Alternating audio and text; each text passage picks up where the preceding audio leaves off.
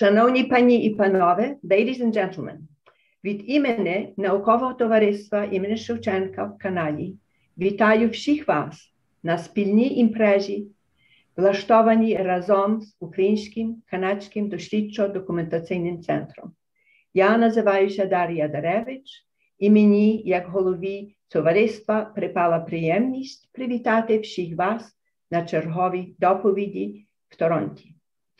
I would like to welcome all of the panelists, participants, and guests on behalf of the Shevchenko Scientific Society of Canada and the Ukrainian Canadian Research and Documentation Center in Toronto.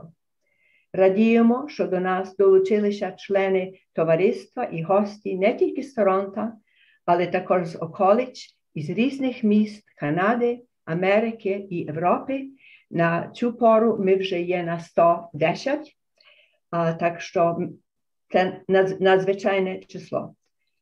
Особливо вітаю організатора і головного доповідача, пані Калину Безхлібник-Батлер, яка була ініціатором проєкту, відшукала і запросила до участі нащадків жінок, що були ув'язнені в концентраційному таборі Ravensbrück. A special welcome to Kalina Bezchliebnik-Butler of the UCRDC, who undertook to organize the presentation on Ukrainian victims of the Ravensbrück concentration camp, as well as to the children of those victims who agreed to participate.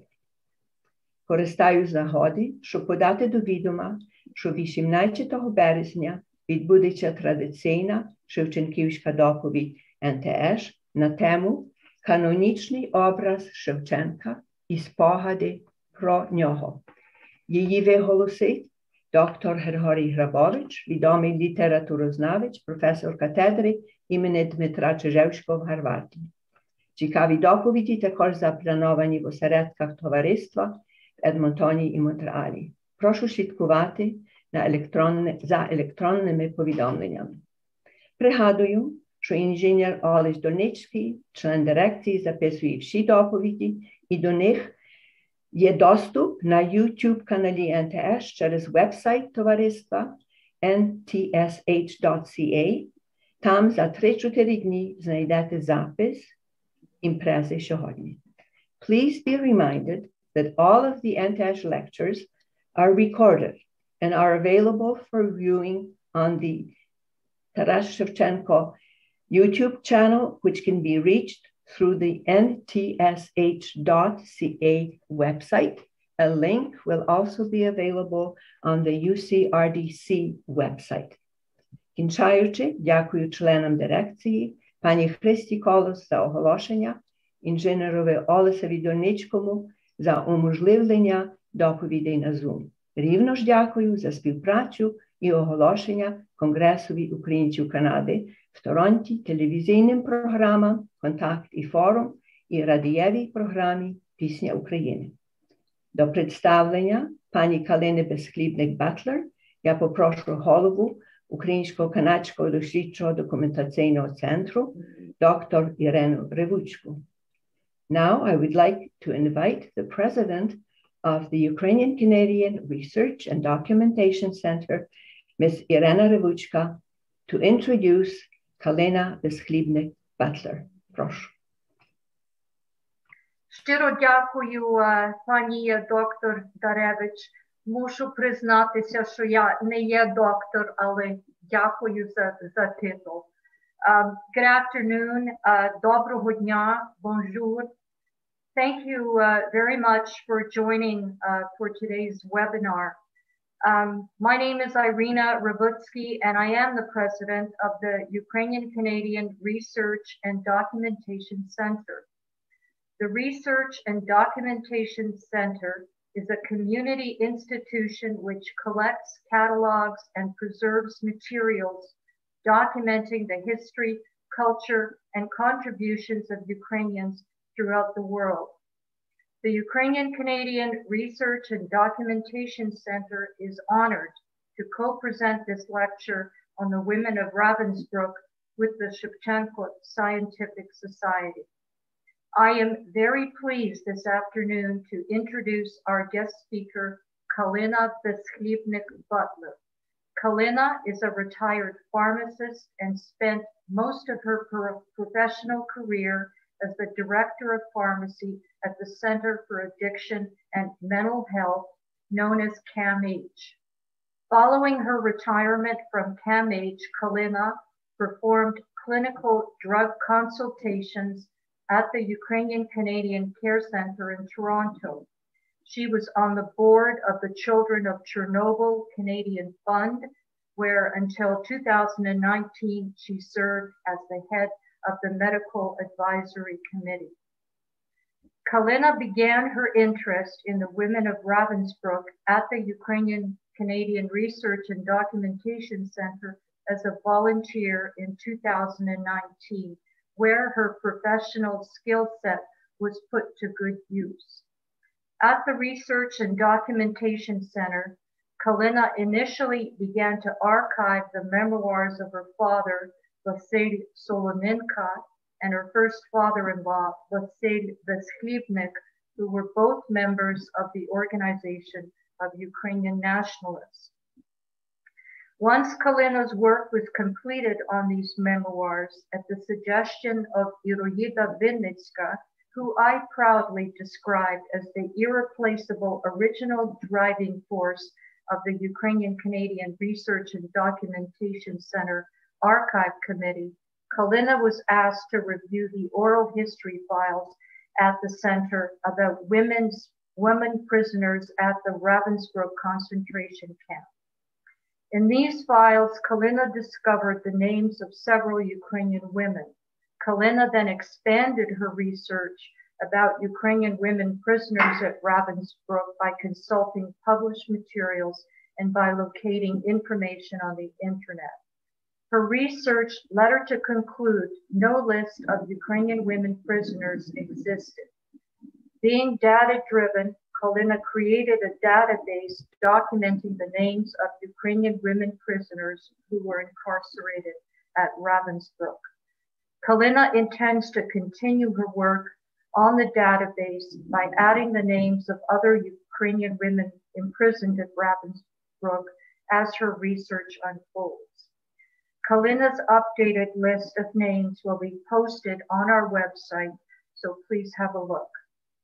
Given her research, Kalina believes the women of Ravensbrück, the horrific, inhumane experiences and living conditions they endured at the Ravensbrück camp during the Second World War, is deserving of public attention and recognition. By shining a light on this tragic episode of history, Kalina, with her research, pays tribute to the many women's lives which were needlessly lost, and honors the memory of Ukrainian women who, by their resilience, resourcefulness, and group spirit, against all odds, survived the atrocities of Ravensbrück. Ladies and gentlemen, Panie I Panowie, Madame and Monsieur, Kalina Butler. Прошу, Pani Kalina. I дякую. Дякую, Ірина. Thank you. And хочу вітати всіх присутніх глядачів з Канади, з Америки, з Європи, з України та навіть із Австралії. When I was asked to summarize the memoirs of Ukrainian women imprisoned at Ravensbrück, to be honest, I had never heard about Ravensbrück, nor was aware that it was a concentration camp for women. So working on this project, I jotted down the names of other Ukrainian women who were mentioned in the oral histories, and I became curious about them. So I began to do some research. I searched the internet to learn about Ravensbrück and was surprised to find that some references suggested that up to 8,000 Ukrainian women were imprisoned there. So who were they? And why were they imprisoned? I reached out to Natalia Barakina at the Petro Yatsik Resource Center at the Robarts Library, University of Toronto, and to Anna Skorupski at the Eckstein Holocaust Resource Library. Both librarians provided me with reference texts and advised me on how to search for names of prisoners at Ravensbrück. Internet searches provided me with access to databases of prisoners who were at this camp. More recently, I have received references from the Ravensbrück Memorial Museum in Germany. On its website, the UCRDC put out a search for individuals who had family members imprisoned at Ravensbrück. One of our co-presenters responded to this request. She contacted me and provided contact information for other family members. So at this point, I want to introduce my co-presenters, who later in the presentation will provide you with personal stories about their mother's incarceration at Ravensbrück. Christia Eliaszewska-Treby from France and Lida Eliaszewska-Replanska from Ottawa, Ontario, are daughters of Olha Królak-Eliaszewska. Oksana Marczuk from Hamburg, Germany, and Orisa Marczuk from London, England, are daughters of Lida Okarma Marczuk. Mark Infeld from Maryland, USA, is the son of Zoriana Lady, who was 1.5 years old when imprisoned with her mother, Daria Hnatjuska Lady, at Ravensbrück. Mark's grandmother and great aunt were also prisoners. To orient our audience to Ravensbrück, what I would like to do now is show an 8-minute video about the camp. But before I do this, I wanted to mention that if anyone has a question during this presentation, please type it in under the chat or Q&A icon on your screen. Lida Replanska will collect the questions and we will respond to them at the end of the presentation. Olish, can you please run the video?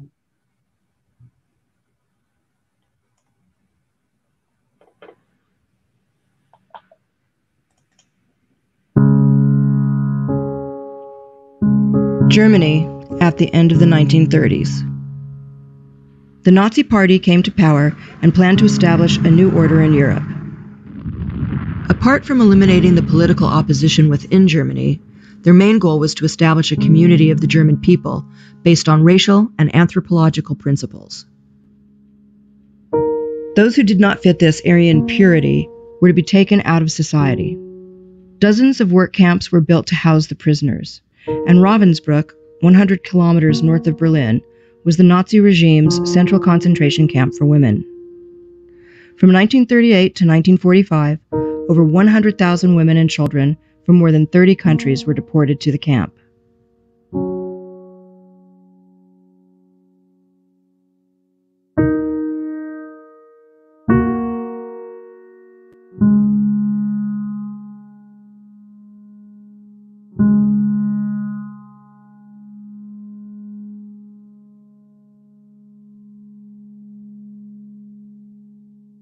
Offenders were organized and classified by a system of colored triangles to be worn on their person.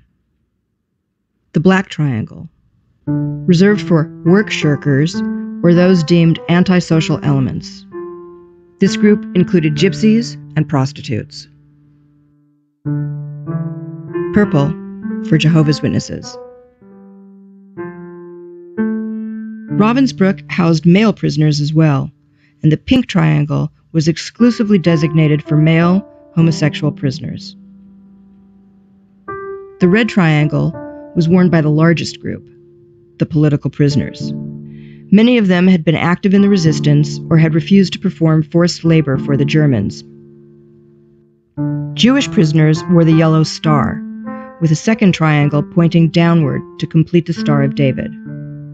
Surprisingly, Ravensbrück held relatively few Jewish prisoners, until 1944, when Auschwitz and other camps were evacuated, and Germany was in the process of liquidating the prisoners.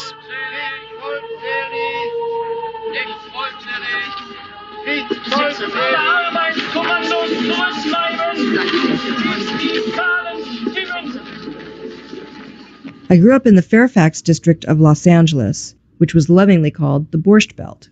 And it was called the Borscht Belt because there were so many immigrants, many of them still from the Holocaust, who had immigrated here.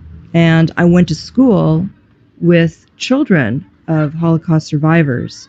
And many of my friends' parents had numbers on their arms. And as a little child, you don't really know what it is. You kind of know a little bit about it, but not that much.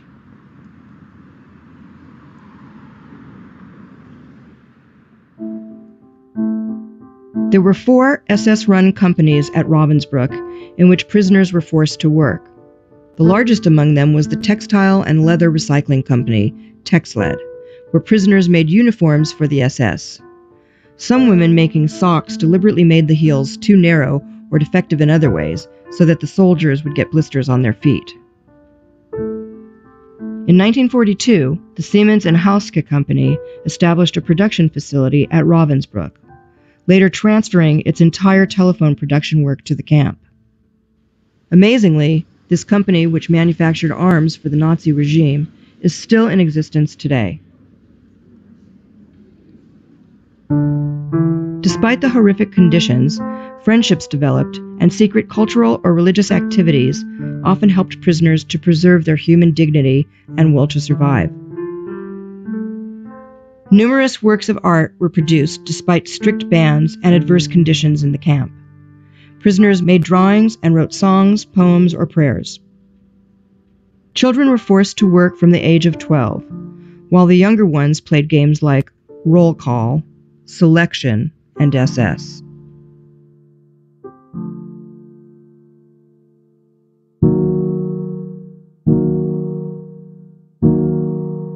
At 10 of their concentration camps, the SS established prisoner brothels as an incentive for male prisoners. The women who were forced into prostitution at these brothels were recruited from Ravensbrück. Many women volunteered for brothel detail because they hoped it would increase their chances of survival. Under the supervision of Karl Gebhardt, the use of sulfonamides to treat gas gangrene was tested on a group of Ravensbrück prisoners, who later became known as the Rabbits. Gebhardt's researchers deliberately infected prisoners with gas gangrene by wounding them and contaminating the wounds with soil, splinters of wood, glass, or pus, and then testing them with various sulfonamide drugs. Similar experiments took place in the Dachau concentration camp. Between June and December of 1944, as the Allies were gaining a stronghold, more than 52,000 women from other camps were taken to Ravensbrück. In early 1945, the SS murdered between 5,000 and 6,000 prisoners, most of them women, in a provisional gas chamber that was built at the camp. In the spring of 1945, with the Russian army approaching, the SS began to evacuate the camp. They started by murdering prisoners who were sick or no longer able to walk. Around the same time, the Swedish and International Red Cross managed to gain permission from the SS to evacuate prisoners to neutral countries.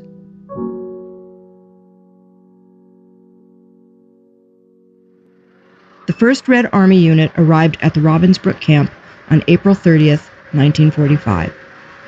The Soviet troops found around 2,000 seriously sick prisoners whom the SS had left behind. Although they repaired the water and electricity lines that had been destroyed by the SS and provided food and medication, they also raped many of the women.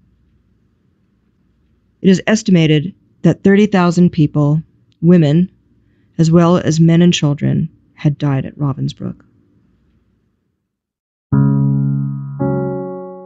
It's believed the people in the town of Fürstenberg did know. How could you not know? It would be almost impossible to live this close to a concentration camp and not know what was happening. I mean, you could smell it. They didn't have the power to do anything about it. But today, we see things happening globally, and this time, we do have the power to do something about it.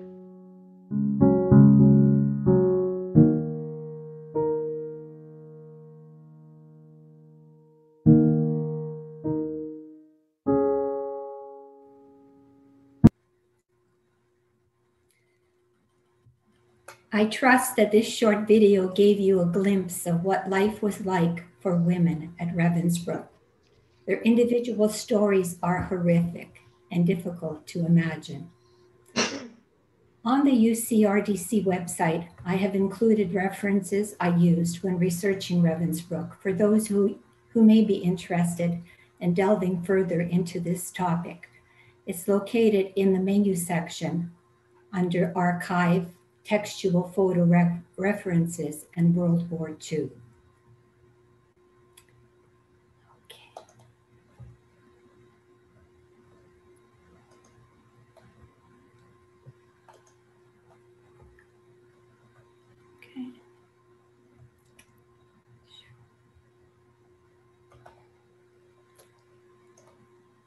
I'm trying to get this to go in. My screen is forbidding me to do that. Okay, hold on. Slideshow. Okay, here we go. Ravensbrück was located in what was later Eastern Germany, north of Berlin and north of Sachsenhausen. It was actually built by male prisoners from Sachsenhausen and opened in 1938.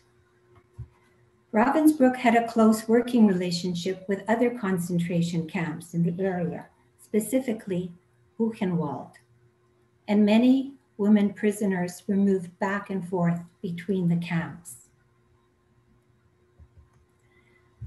Ravensbrück was established initially for female enemies of Hitler's regime. The Nazis needed a place for special female prisoners, such as spies, political prisoners, French resistance fighters, Polish aristocrats, Scandinavian nationals, Jehovah's Witnesses, Jews, and individuals they considered social outcasts, such as gypsies, lesbians, and prostitutes. As the Nazis destroyed many documents and records, the estimated number of prisoners held at Ravensbrück and the number of people who died there vary depending on the references, but it is suggested that between 120,000 and 130,000 women from 30 different nationalities were imprisoned in Ravensbrück. Up to 90,000 women died from disease, medical experimentation, from frost, starvation, beatings, executions, lethal injections, and in the crematorium. As for camp records, 2,500 men also died there. Men had their own barrack at the camp and were used to perform heavy labor. Specific records show that in the first 3 months of 1945, as the war was coming to an end, there was wholesale extermination of prisoners due to overcrowding at the camp and to wipe out evidence of atrocities committed there. Many were shot, others sent to gas chambers on site and to Mauthausen and Bergen-Belsen. The Red Cross was able to evacuate most Scandinavian and Western Europeans, but remaining women who could walk were taken on a death march to the Baltic. By the time the Russian army arrived in Ravensbrück in April, only 3,500 women remained at the camp. In 1942, there was a forced labor decree by Nazi command to round up recruits from occupied territories and deport them to Germany to work. They were called Ostarbeiters. Ravensbrück changed from a protective custody camp to a slave labor camp.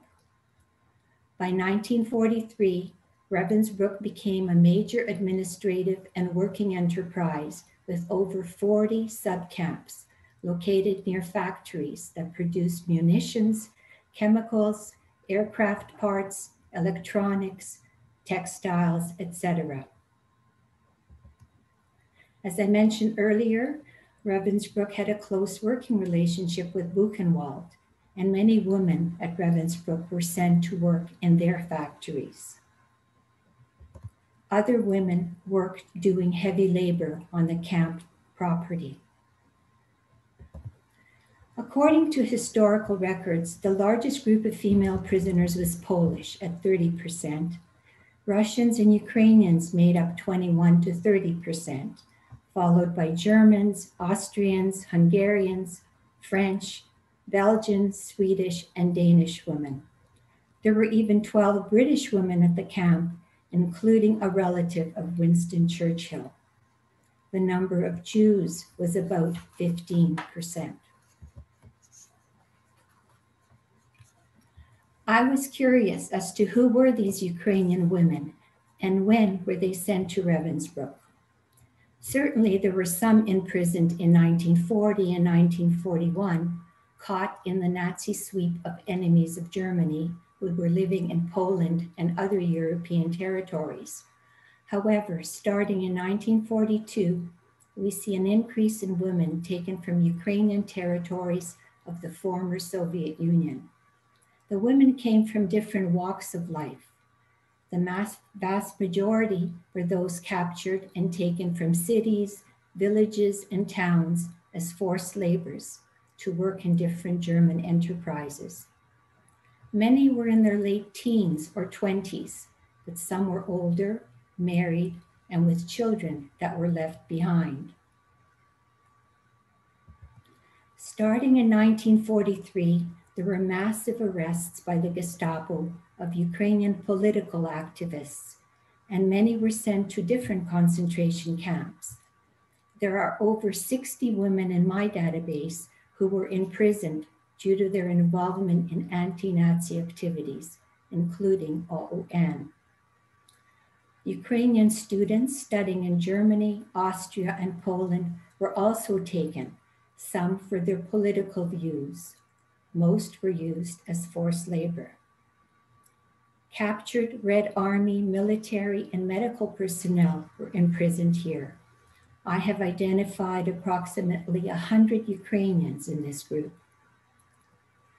In 1944-45, there were massive transfers from other concentration camps, including many Ukrainian and Jewish women.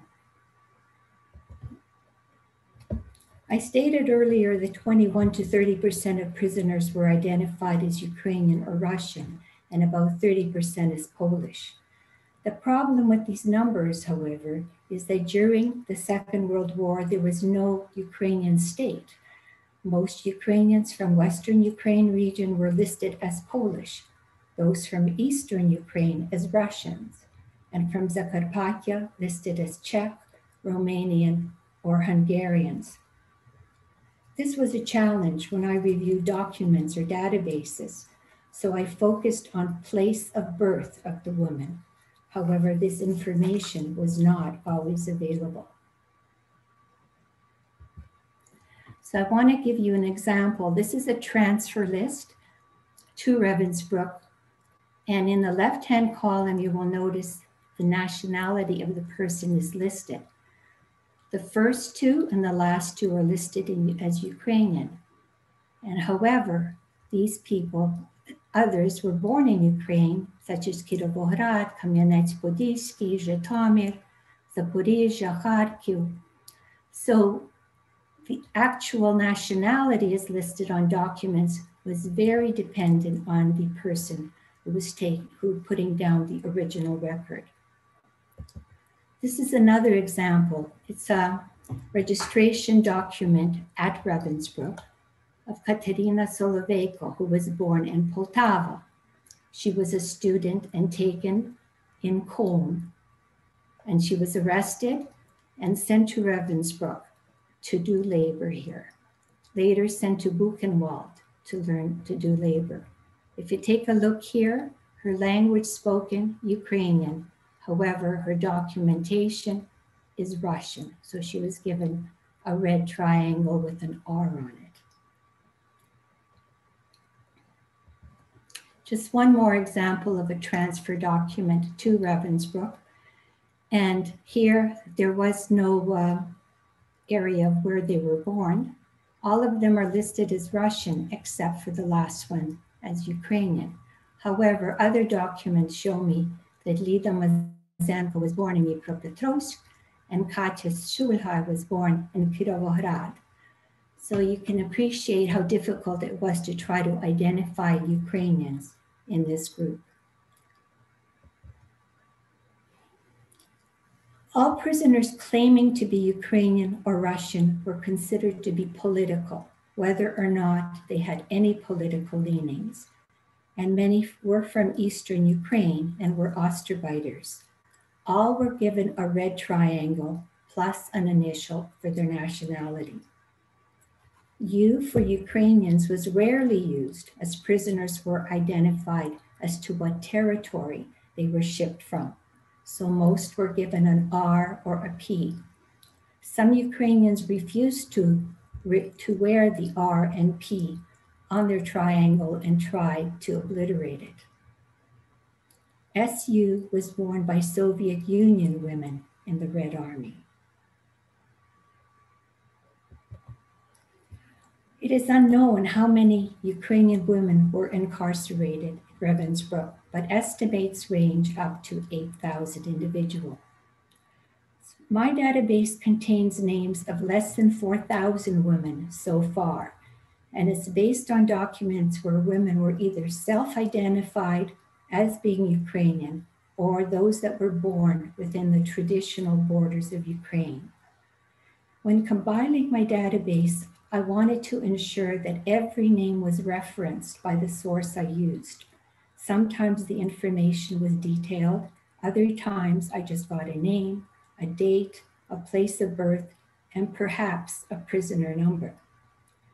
The above examples that I showed you demonstrate how difficult it was to identify Ukrainian women amongst the thousands of documents available. The database and the references I used are on the UCRDC website for those who may be interested. So I want to show you some examples from the database. I began with the names of women that were mentioned in the oral histories that we had on file at the UCRDC, and then I searched for more information on these women. So this is an example of women considered to be political activists, mostly taken from Ukrainian publications. And depending on the source used, sometimes the information was more detailed than others.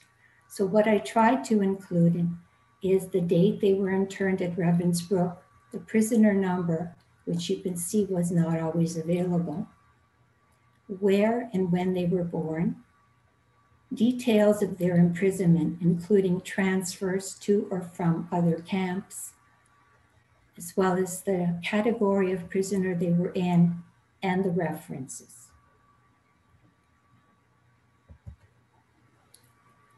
This information on these prisoners was found on a Jewish database entitled The Jewish Women Prisoners of Ravensbrück. Who were they?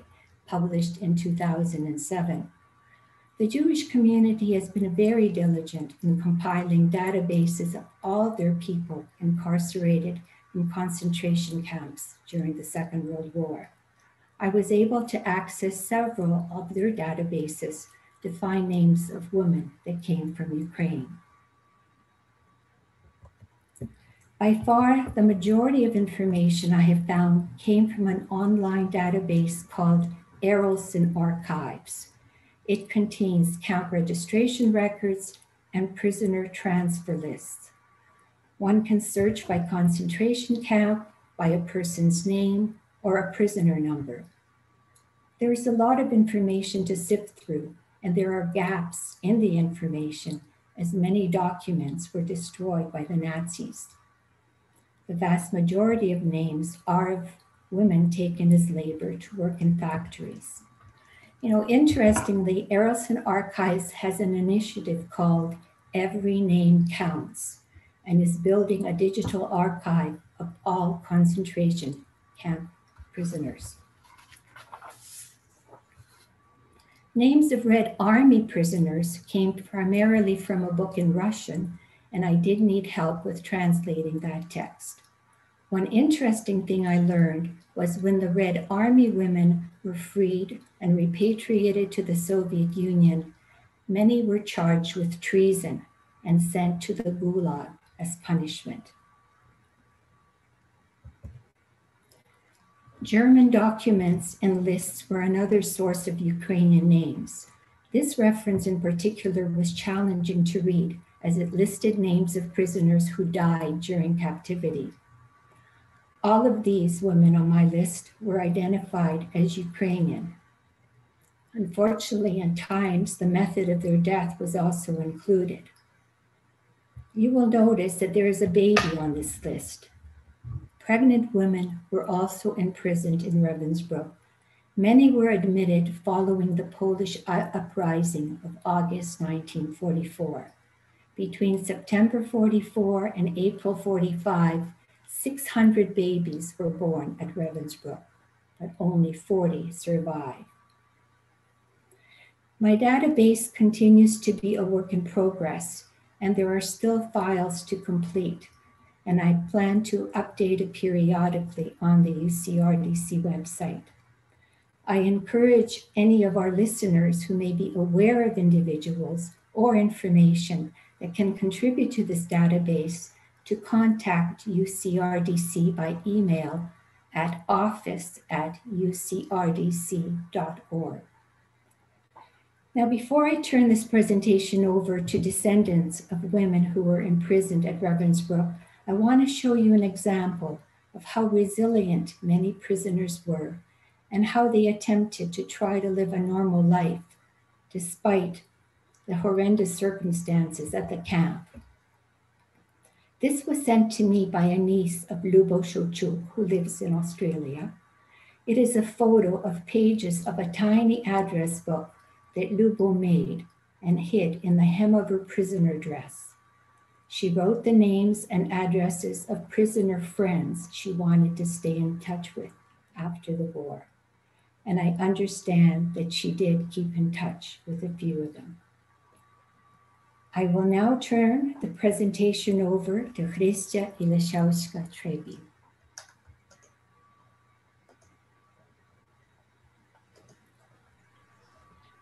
Thank you. Дякую, Kalina. My name is Krystyna Ileszewski, daughter of Olga Ileszewski, who was incarcerated as a political prisoner in Nazi prisons and Ravensbrück concentration camp from December 11th, 1943 to April 5th, 1945. In 1940, my mother was enrolled at the University of Vienna. She was a member of the Organization of Ukrainian Nationalists and with other students took part in political and cultural activities. On December 11th, 1943, she was arrested by the Gestapo and taken to a prison in Wels, Austria. She was accused of transporting weapons to Ukrainian insurgents. She was locked in solitary confinement and subjected to savage beatings by the Gestapo police. After several weeks of interrogation, Mama was transported to a larger prison in Linz, the Gestapo regional headquarters. The beatings continued, causing severe injury to Mama's head, ears, and kidneys. These traumas, painful headaches, and constant humming in both ears stayed with her for the rest of her life. The prisoners were herded onto a freight train and taken to Ravensbrück. Upon arrival, they were forced to strip naked, their belongings were confiscated, and their heads were shaved. They were ordered into the shower room. A medical team examined them to see if they were fit for work, and they were given a striped prison uniform with a symbol and a number on the front and back. My mother received a red triangle. Political prisoner number 49601. All human identity was forever erased. Mama was housed in one of the 200 barracks in the camp. There were about 300 prisoners per barrack with 3-tier bunks where the women slept 2 to a bed. The days were long and monotonous. wake-up call at 4 a.m., a meager breakfast of watery coffee and a slice of moldy bread, roll call at 5 a.m., and a long march to the hidden Siemens plant, which manufactured spare parts for German aircraft. Then return to camp at 5 p.m., roll call, watery soup for dinner, and lights out. All inmates were closely monitored at all times by the capo guards. Mama recalled that the most difficult time was the dreaded daily roll call. The women had to stand outside under the hot sun and freezing temperatures until, until all the names had been read out. Many elderly inmates often fell to the ground, and the guards, showing no mercy, insulted them, kicked them, and beat them with truncheons. Some women went mad, and to end their misery, threw themselves on the electrified barbed wire surrounding the camp. This gruesome scene of lifeless bodies on barbed wire greeted the inmates each morning as they assembled for roll call. Mama never spoke to us children about her experiences during the war and at Ravensbrück.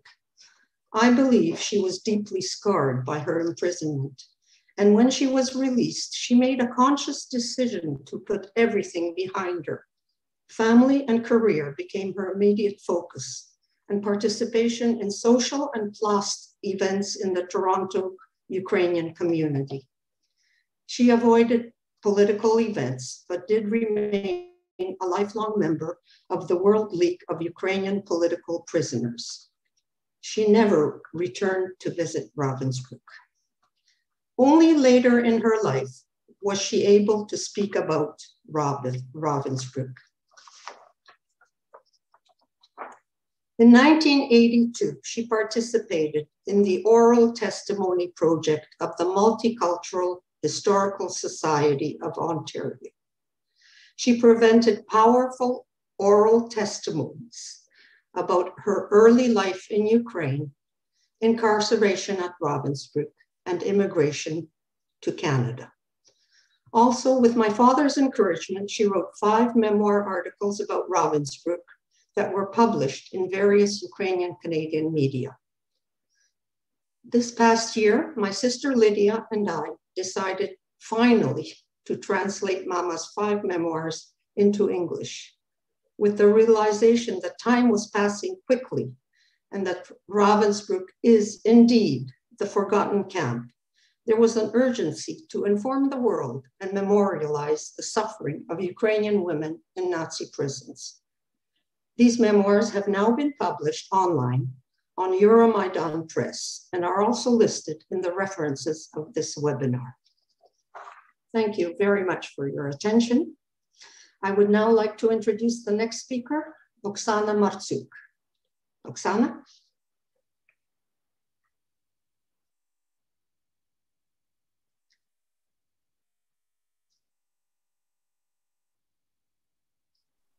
Sorry. Okay. In the fall of 1942, Lida Okarma was an economics student in Berlin. She had just finished an exam when she was about to leave for Vienna with her luggage, fur coat, and an elegant hat when she was arrested by the Gestapo. For half a year, she was interrogated and beaten in Berlin Alexanderplatz. Without being given a trial, Lida Okarma was transported along with other Ukrainian women to Ravensbrück in the spring of 1943 for her political activities. Jehovah's Witnesses handed out prison uniforms to the new incoming prisoners. Surprisingly, this group, of which my mother was a member, didn't have their heads shaved. Being shaved bald was one of the most degrading treatments newcomers had to suffer. To avoid being labeled as Polish or Russian, she insisted on having a red triangle without an initial indicating nationality. Lida was taken to Block 5 with Olena Vitek and later on Block 3. Lida's work was to level the streets leading to the Siemens-Heizgewerke. Here you see one of the really heavy steamrollers in front of the crematorium. There were even bigger steamrollers than this one. It was extremely hard work. Half a year later, she was working at Siemens-Heizge. Because of her knowledge in bookkeeping, she was soon allocated to the civilian Siemens employees' office. A year later, she was told secretly that she would be liberated soon. On the 4th of October 1944, she was freed. Lida was given back all her elegant clothes, as well as the Madonna, which she was given back in Berlin by the priest Dr. Verhoen, who was later beatified by Pope Wojtyla. I have left out details about the special connections my mother had with other prisoners, as well as the countless pleas or her journey to Munich via Berlin after her early liberation. Lida arrived in Munich the spring of 1945, looking for Ukrainian survivors of Dachau and providing them with food and accommodation. She was the one who convinced US soldiers to hand over the Nazi casino to Ukrainian survivors. It became the main address for most Ukrainian prisoners and refugees in Munich, Dachauer Straße number 9. And now I hand over to my sister, Oresia. Here she is. Good evening. Thank you very much. When my mother told me that she had been in Ravensbrück concentration camp, I simply could not believe that. Concentration camps were for Jews, communists, Roma, homosexuals, criminals, but not for my elegant mother, who did not even have a number tattooed on her arm. Like the doubting Thomas, I needed proof. Back at home, she showed me these figures, which she had been given by her friend in the camp, Olena Vitek. That made it finally tangible. Knowing from school how badly prisoners were treated in concentration camps, particularly how scarce food was, I immediately grasped the significance of the medallion from the material. I wondered, how much bread must Olena have chewed and resisted in swallowing as to produce this memento? A slice? What does a slice mean when you fed too little to live and too much to starve? Both sides are decorated, one with a trezub, the symbol of the then not yet existing Ukrainian state, and the other with St. George and the dragon. Given my mother's background as fierce supporter of an independent Ukraine, both symbols go obviously hand in hand. In preparation to this presentation, however, I began to understand this miniature beyond its affirmation of national identity, as a powerful tool of resistance and sabotage. Does not the saint invoke fighting the evil with a weapon? Both Olena the maker and Lida the receiver must have been acutely aware that the creation and receipt of such a memento expressed unsanctioned behavior in terms of the camp administration and would have exposed both of them to severe punishment if caught. This small cross is made from the handle of a yellow toothbrush. Until 1943, the prisoners were given a blanket, a bowl, a wooden spoon, and a toothbrush. So to see an item made from its handle was not too much a surprise. But this has a hole as if to be worn around the neck. Religious expression was forbidden by the camp administration. To make or own a cross at camp was surely an offense severely punishable. Apart from its obvious connotation with Christianity, this fragment of a cross, again made from this most precious material, bread, makes it stand out as an important expression of physical and spiritual resistance. To even receive a cross as token of friendship would have exposed the owner to severe punishment, even death. But how many bites of bread did Olena have to resist swallowing in the face of starvation in order to produce the cross and the beads to go around the neck? How much discipline, commitment, determination, and strength did it take to forfeit the most human urge to satisfy one's hunger and to create a cross from the bread which Christ broke with his disciples in his Last Supper? Is this not a Eucharist in reverse?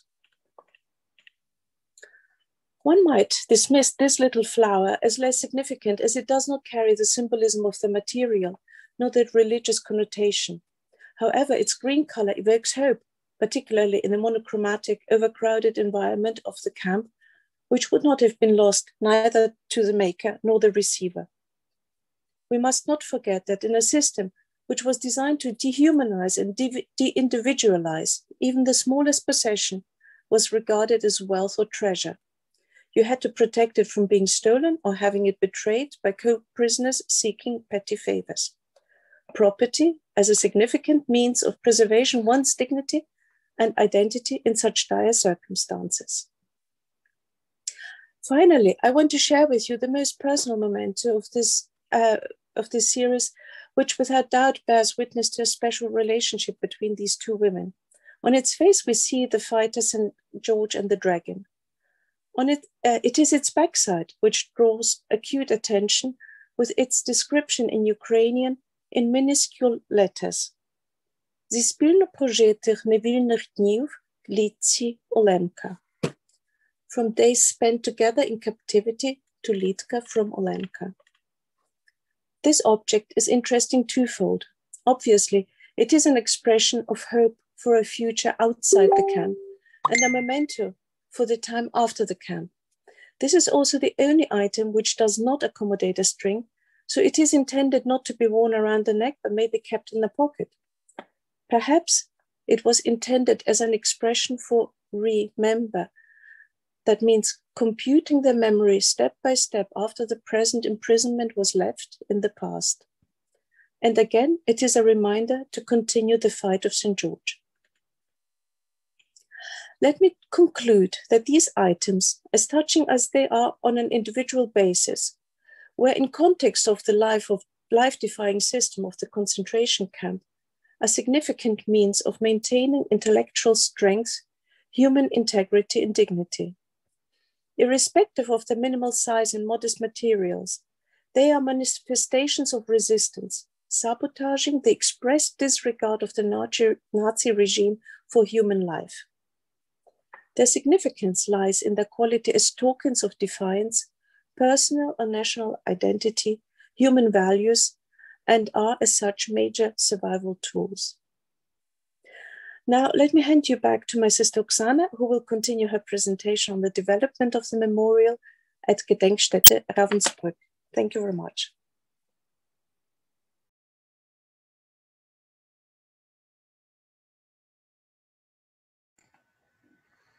Thank you, Ulrike. After reunification, we could easily travel to the eastern part of Germany and visit the memorial site at Ravensbrück. Since then, my mother Lida and I have taken part in the anniversary of liberation almost every year. The remembrance of victims was held The remembrance of victims was held at so-called Wall of Nations. The communists named sections according to the nationalities they recognized. However, countries like Ukraine or Israel remained unmentioned. A place for official wreaths was designated at the monument on the lake. At the anniversaries of liberation, we met former prisoners from Ukraine, among them Vera Franko to the left, the granddaughter of Ivan Franko, and Irena Schul, right. However, there was no war for flowers for Ukrainian victims. Here you see Vera Franko next to the steamroller and our flowers at the execution site. Here. Another place we chose was the crematorium. In 2001, the Organization of Ukrainian Women from Munich visited Ravensbrück along with the Ukrainian bishop, who read the Holy Mass in the former Zellenbau. Eventually, a new area was opened for a wider range of remembrance at the extension of the Wall of Nations. After 15 years of instigation, the state of Ukraine could install a memorial. My mother uncovered this plaque herself in memory of her Ukrainian inmates. It was her last visit to Ravensbrück before her passing in 2014. Unlike the Wall of Nations, the new memorial site honors not just groups, but also individual prisoners. Perhaps we can also organize a future project to honor Ukrainian victims at Ravensbrück. Thank you very much for listening, and I would like to hand over to Mark Infeld. Дякую, and thank you very much. Hi, everyone.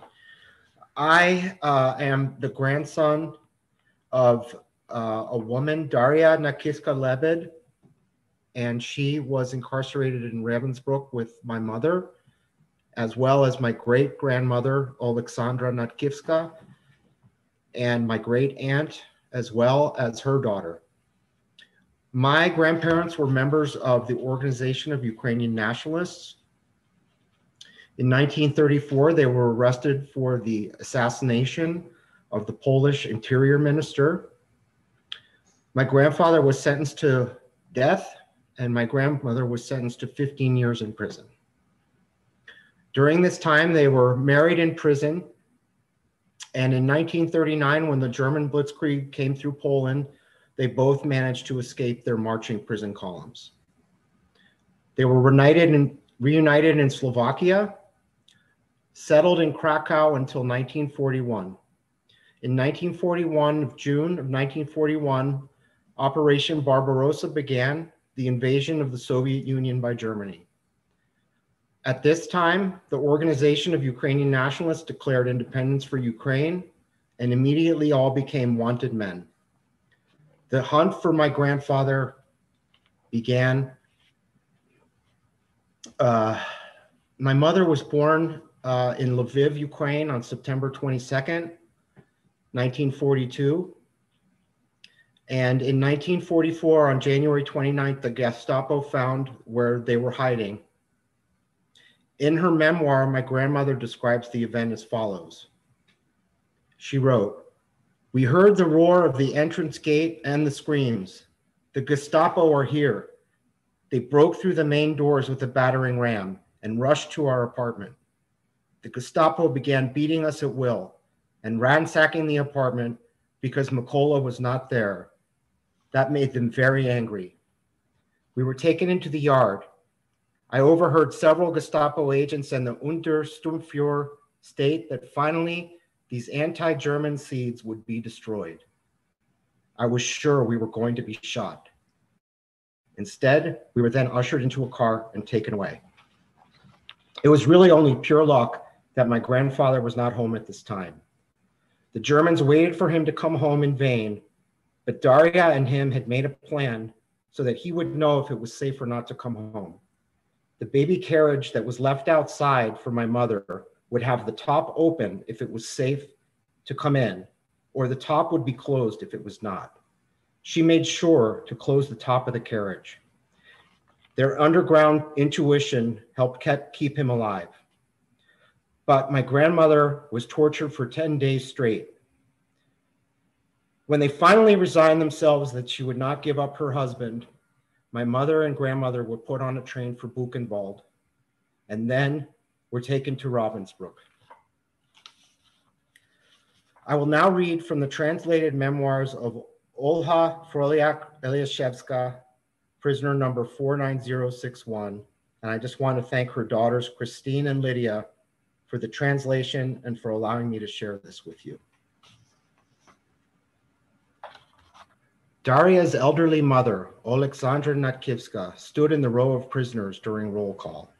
She lifted her eyes to the sky, a sufferer pleading to the Almighty.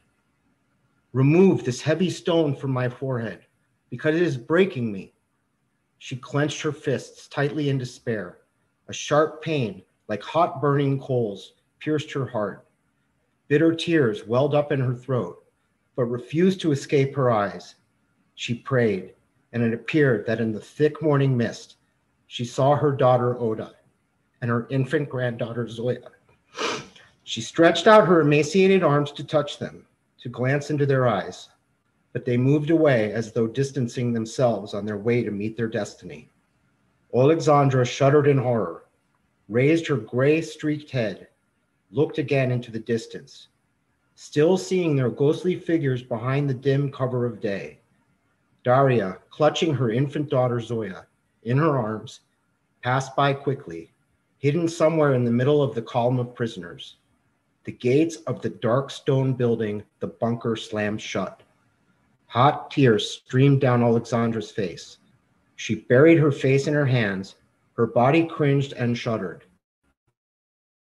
A thin beam of sunlight broke through the morning sky, bathing the bunker in a strange golden light. Achtung! Aufrichstehen! Shrill whistles, sharp commands, and loud barking, and the daily camp grind began again.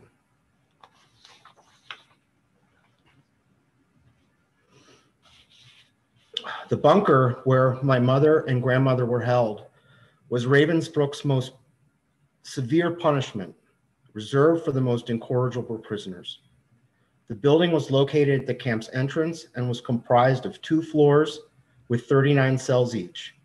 The cells were the size of a closet, 4.5 feet by 2.5 feet. The most sadistic guards, like Dorothea Binns, ran this unit. My mother was kept in isolation for much of the time when I was young, my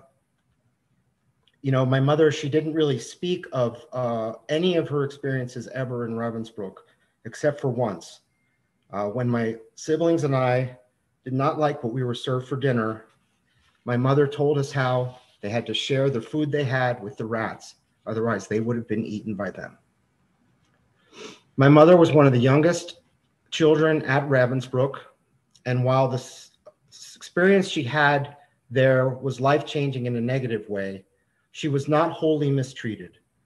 At the same time she was there, Isa Vermeeren, a Protestant nun, as well as a artist, was also incarcerated in the bunker.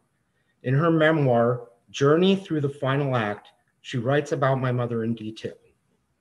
And I just want to thank my mother-in-law, Betty, for translating this from the German for me.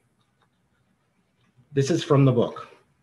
There was also a small child in the cell block, little Soya, the only inmate without a definite sentence.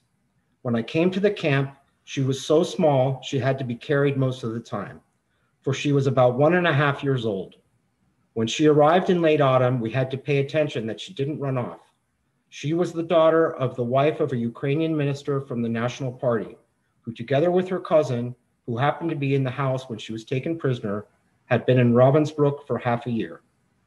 The arrival of this little girl opened up so much good and bad that it is worthwhile to spend a moment discussing it. One always observes how much effect a small child has. The crudest men find a friendly word. A laugh comes from the most brutal situation. The most sinister thoughts brighten up when such an innocent, trustful creature is present.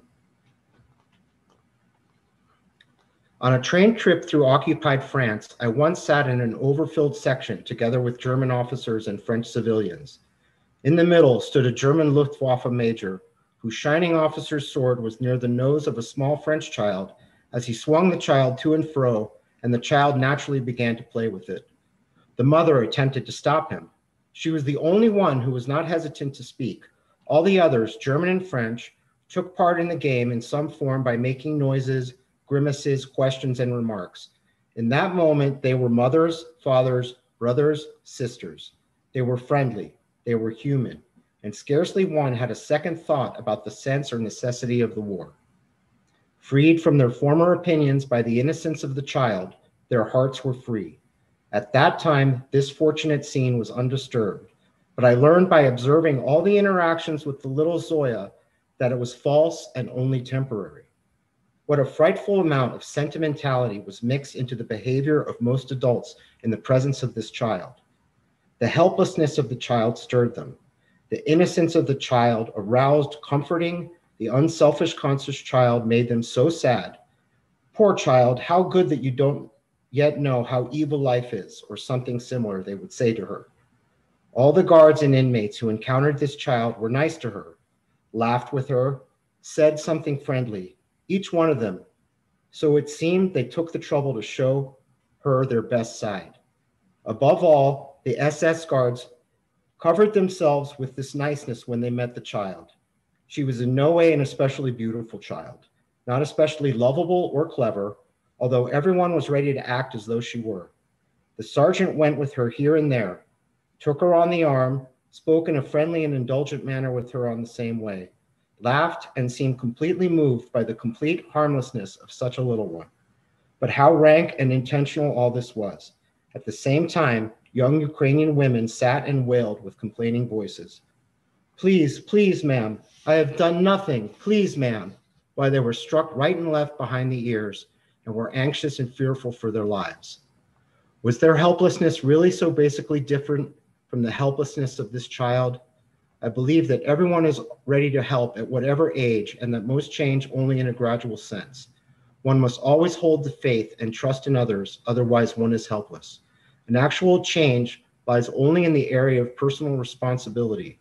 As a child is not yet developed, oneself may have characteristics yet come into view.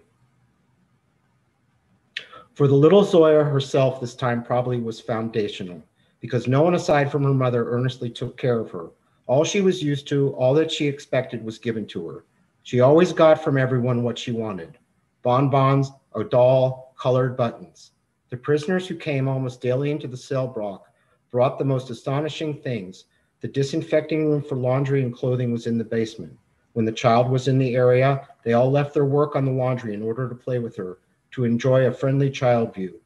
One cannot easily describe what thoughts went through the hearts of these women, of whom the greater part had left behind their own small and grown children in the grayness of uncertainty. The two Ukrainians themselves had impressed me very much through their good behavior. They lived in two separate cells, but every day the cousin was led into the cell of the mother and child, where the three of them clung together. Whenever I met them on a walk, they were as friendly to one another, lovable and courteous, as if they were seeing each other for the first time. Never a raised voice, never a harsh word. Such deeply grounded manners gave the impression that it was only right and simple to spend some time writing about them.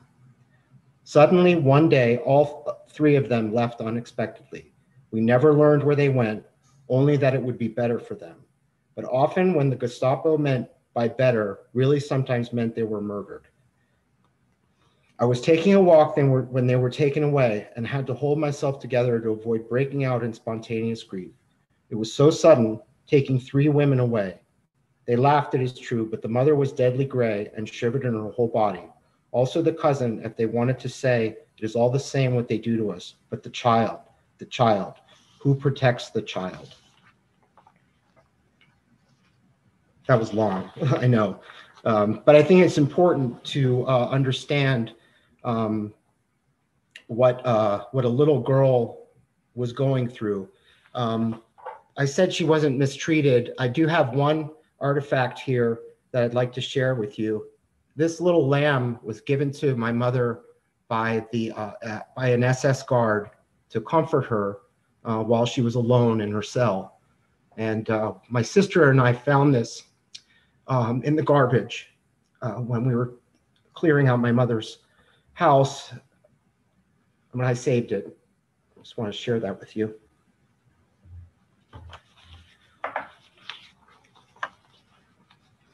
The writings that I just read from you by Isa Vermeeren are actually part of the reason why my mother was denied reparations from Germany. The German authorities cited this book for the denial of her claim, stating that she was a victim of military repression. During this time, though, that I've read that she was being treated fine. The truth of the matter is that my grandmother was being tortured. They performed mock executions to get her to talk, ruses to get her to tell the Gestapo where my grandfather was, but she never broke.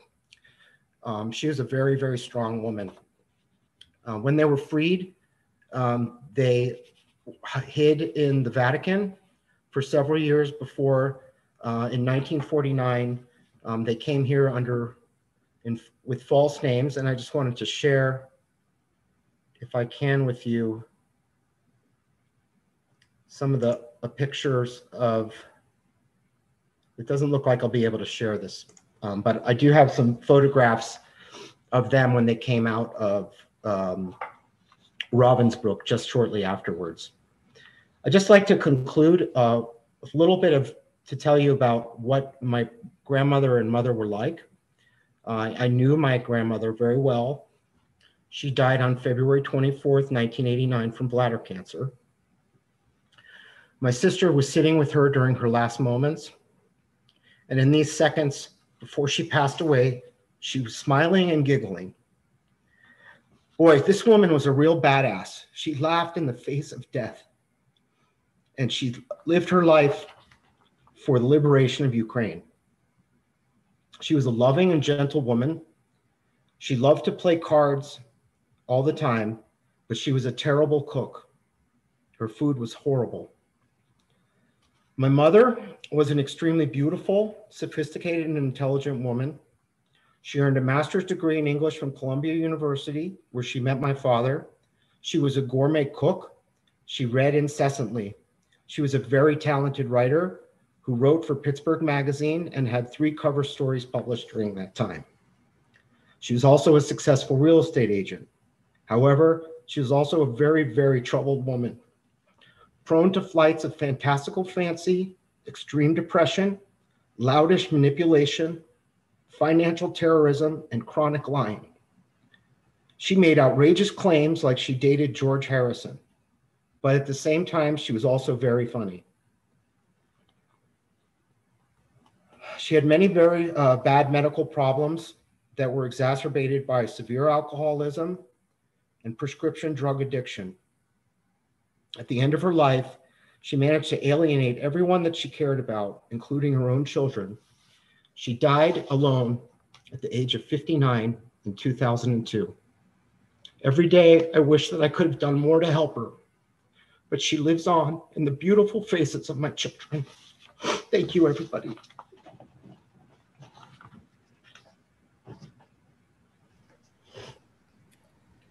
Okay, I think now Lida, we'll pass it on to you and see if there are any questions. I know we are running late, but perhaps there's a question or two that can be answered. Hi, no, here they come.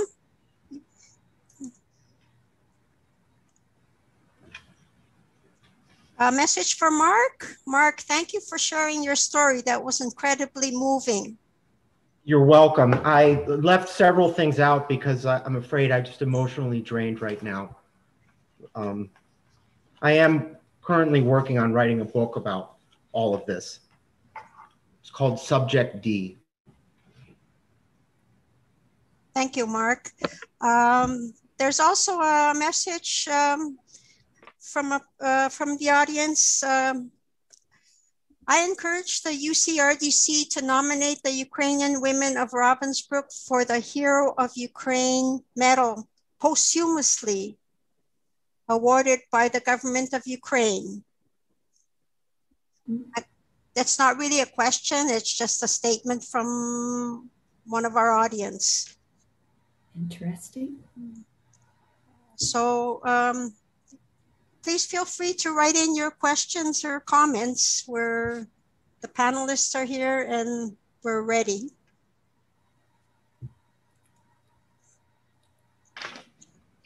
I'd just like to say one other thing, if I could. Go ahead, Mark. Just want everyone to know that I did attempt to visit Ravensbrück in 2018 while we were in Germany, but I couldn't bring myself to go. And the people that I spoke with there had no records whatsoever of my mother or grandmother being there, which is not surprising, since much of them were destroyed. Thank you, Mark. Here's a question from the audience. Will this webinar be available afterwards for people who were unable to attend? Apparently there were people trying to join that couldn't get on. So Kaleno, would you answer that, please? Sure. It's going to be on the Shevchenko Scientific Canada as well as the UCRDC websites in about 1 to 2 weeks' time. So anybody who couldn't listen in will be able to see it online. Thank you, Kaleno. There's a nice message for Orisha and Oksana. Thank you from Lubazhuk. Thank you for sharing these touching memories of your dear mother, Lida, our dear friend. Very moving and at the same time, distressing account of the experiences. Thinking of you and your dear mother, Luba, Radoslav, and Irene. There's more questions coming. What is the background on the illustrated publication on Ukrainian women at Ravensbrück? That is Pani Vitek Wojtowicz. She had, well, I guess twice she has published her artwork. And Oksana, you could probably talk about that, right? Yes, just a moment. Just to continue with, because the next question that just popped up is from, well, just one moment, Oksana. The next question that popped up is from Malta Wojtowicz, who is the daughter of Olena Vitek. Hello. Thank you so very much, she comments. So I would just like to say that we would love to get in touch with Malta Wojtowicz. Go ahead, Oksana. I'm really happy, Pani Machtos, so you did join us. I just want to show this tiny book, which was published at the end of the 40s in Munich. It's not written anything, it's written about which editor or whatever. The only thing is, it's for the care of the former prisoners. So this is the small book which was redrawn in 1988. So Ms. Wojtowicz, maybe, I think I'm quite sure it's right. This is, the drawings were from 1988, and this book was published in 1992. That's right. It was sorry, Oksana. It was published at in the United States in 1992. Right. And we all have our copies. The small one was published at the end of the 40s, maybe 48 or whatever. So both books are also at the Gedenkstätte Ravensbrück. My mother gave it from Olena Vitek to Ravensbrück. Thank you, Oksana.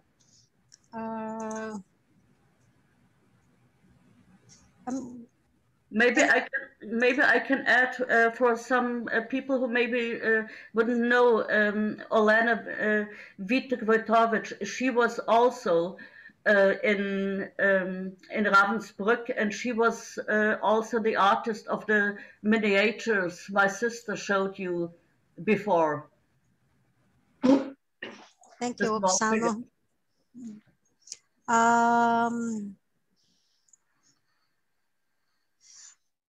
Another question, has anyone reached out to the Polish Research Institute at the Lund University, which holds the Ravensbrück archive? No, but I haven't, but if someone can write to UCRDC and give me a link to them, I'd be happy to do that because I'm looking for any sources that are still available. Okay, so I'll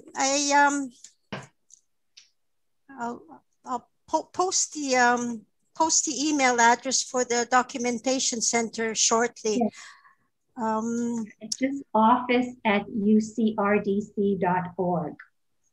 So any other questions can actually be directed to the office there, and then I could filter them to people who could possibly answer them. Mm-hmm. Thank you. Another question, wondering if access has been gained to the official records at the German archives as well as the government offices, German as well as Austrian, which handled the forced labor compensation, which included details of incarceration and forced labor along with copies of Osterbeiter documents. So this person is asking about access to official records at the German archives, as well as the government office, the German government offices. Kaleno or anybody? I've spoken to the Ravensbrück Museum people. They are the ones that are collecting all the information about Ravensbrück, and they have given me some references, but I'm not sure if they're in contact with any other organizations. I mean, I can ask them. Mm-hmm. Thank you, Kaleno. Another question for you, Kaleno, I believe. This is regarding the short film shown at the start of the presentation. Someone is asking, can you tell us more about this film and where it can be viewed? Is it an excerpt of a longer version? Thank you everyone for the presentation today. Go ahead, Kaleno. No, it is actually in the references that we have on the UCRDC website. So there's a link to that film, and it's, as I understand, standalone film. It's not a part of any other film. So if anybody's interested, please look at the references on the website and you will find the film there, as well as 2 other films that are longer. Thank you, Kaleno. Oh, here's quite a long message from someone. My mother was an Osterbeiter from 1940 to 1945, beginning when she was 18 years old. Thank you so much for your presentation and personal testimonies. I know how very difficult and emotionally devastating it is. My mother rarely spoke about her experience, and I had to learn a lot on my own using the Bad Arolsen database and other sources.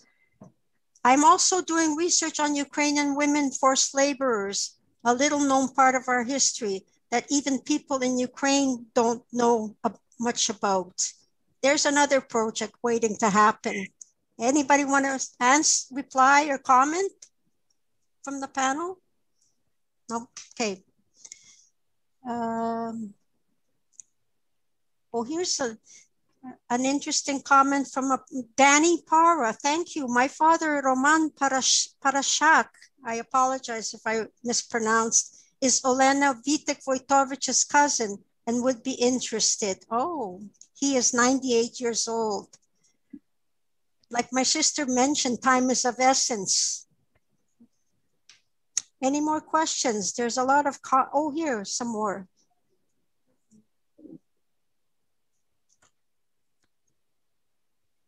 Excellent presentation. We're indebted to UCRDC and all that have been researching and documenting this history, preserving historical memory and passing to future generations. From Zoriana and Yuri Luhovi from Montreal. Thank you. Dziękujemy. So maybe one more, and then it is, we are running an hour and a half almost, so we should wind up. Okay, there's just, okay. Oh, there's more. Yeah. Kaleno, did you say it was the end? Sorry. Well, it is. Send their comments to UCRDC.